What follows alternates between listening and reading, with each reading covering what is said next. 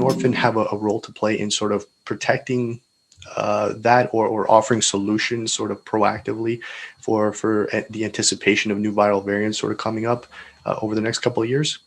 Absolutely. Like Open Orphan's core skill is testing viruses, antivirals in a human challenge. And the human challenge is you bring the volunteers in, 100 into quarantine clinic. 50% will get a placebo, 50% will get the active vaccine you're testing. But in that quarantine year, 100% will get infected with a challenge agent. If it's influenza, we will guarantee 100% that we'll get sick with influenza. If it's RSV, we're doing lots of that at the moment, 100%. And in COVID, we will be infecting 100% of our volunteers with COVID-19, the real deal. But the beauty about that model, we all know COVID is mutating. That's the word, the fear word. The real word is variant. You've got the Kent variation in the UK, you have the South African variation, you have the Brazilian variation. And going forward, you've had the big phase 3s. We believe it's going to be more difficult to do a really fast phase 3 because the more vulnerable people, that group that comprises 90% of the hospitalization will be vaccinated. So it'll be very hard to do a phase 3.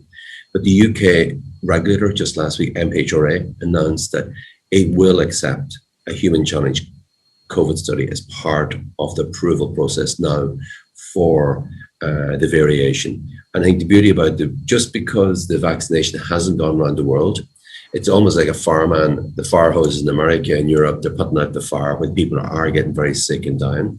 Look, the developed world, it doesn't appear to be as big a problem as the Western world because it goes back to let's say, the lifestyle and the older population.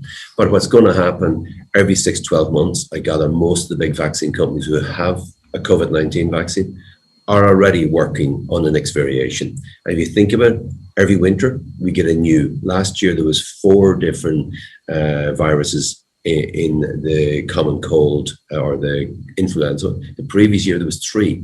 So I think by the time we get into this winter, many of the big pharma companies will have a new variation. And the beauty of mRNA, it's only a small tweak to tick in.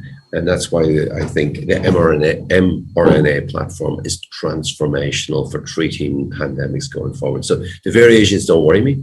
And I think using our human challenge is the ideal way for very quickly take the existing vaccine, take a new one, test one against the other against variation, and literally we can do in a human challenge in 2 months, which generally takes 2 years in the community.